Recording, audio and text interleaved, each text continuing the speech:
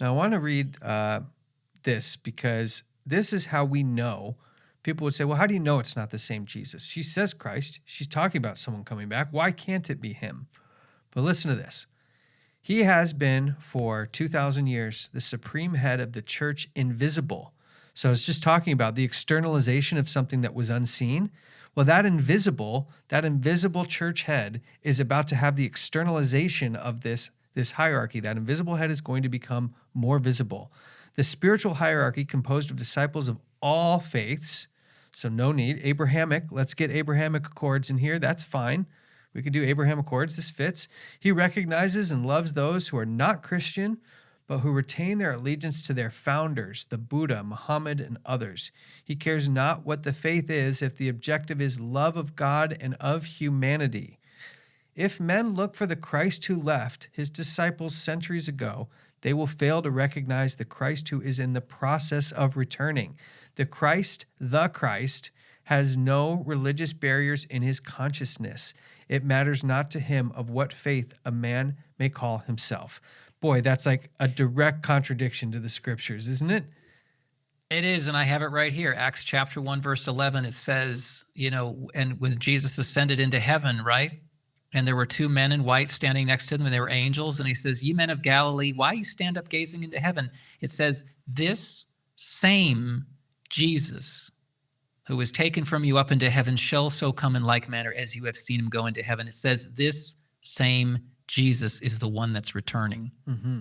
And these writings say it's going to be a different one. So if the Kalki is now born, he is born in Sambalpur, but he has not declared himself. He's a boy of 14 years of age. From 380 years, time has been reeled in because the corruption and the death and murders and strife on earth was getting very heavy. So the High Command decided to have the Kalki avatar earlier. So they called him, and he's already born, 14 years old. He will declare the coming of the Satya Yuga in 2032. When he declares this, he will be exposed as the Kalki avatar, but he will have declared the Satya Yuga, and he will then be 21 years old. Now, other masters are working with the Kalki, the first line of which we are. There are three lines who are working in the world today. You also, when you do not know what you're doing, but you're working by doing Kriya Yoga, that is your work, and being the storehouse. First line is of Shiva, Ichha Shakti, will. The second line is Gyan Shakti, knowledge of the Kalki. And the third line is Kriya Shakti, the workers, boots on ground, the fighters and the warriors. So that then there's activity, wisdom, and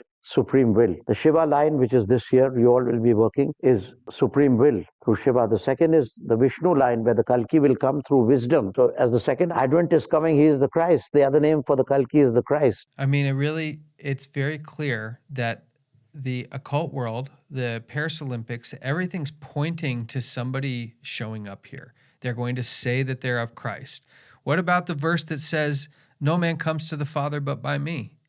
I mean, you can't have any other mechanism besides the Jesus of the Bible to obtain eternal life. And how many religions offer that exact vehicle, which means Jesus Christ, the only way?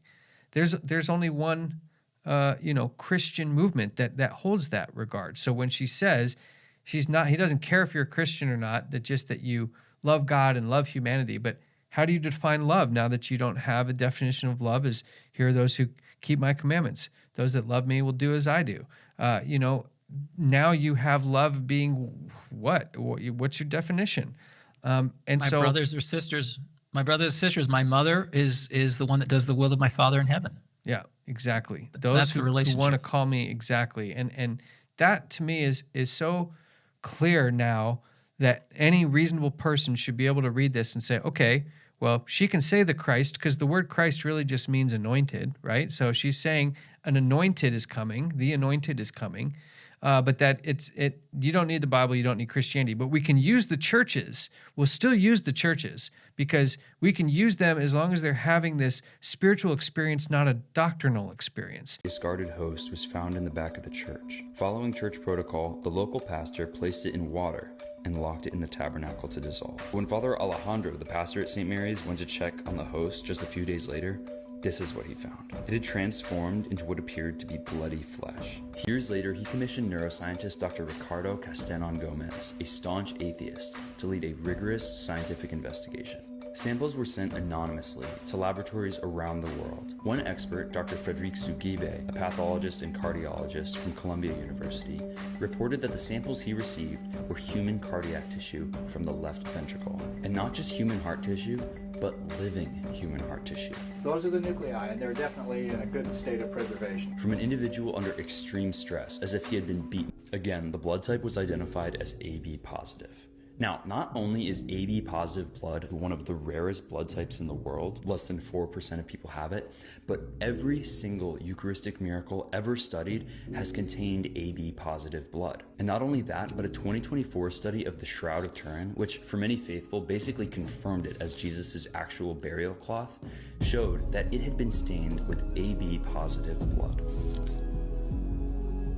Now remember, Dr. Zugebe didn't know anything about this sample when he received it. He conducted his studies completely anonymously. And when he found out that it had been taken from a consecrated Eucharistic host, he fell silent and then simply stated, "This heart was alive at the moment the sample was taken." You know, I've written over 100 papers of cardiology. The heart is one area that I know.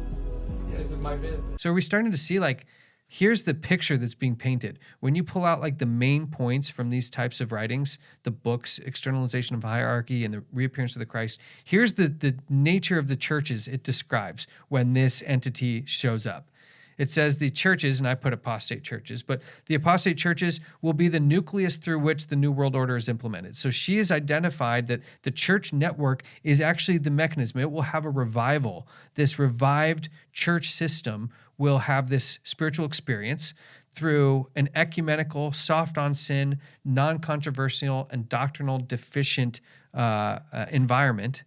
I mean, that just gives me chills when you start to see what's happening in most movements today is just an, ecumenical, non-controversial, and it's not to be controversial. If people are having controversy with the truth, that's between them and God, we shouldn't water down the truth. Sì, noi condividiamo la stessa fede nell'unico Dio, Padre di tutti gli uomini. Confessiamo insieme l'unico Signore e vero Figlio di Dio, Gesù Cristo. Noi siamo uno, lo siamo già, riconosciamolo, sperimentiamolo, manifestiamolo.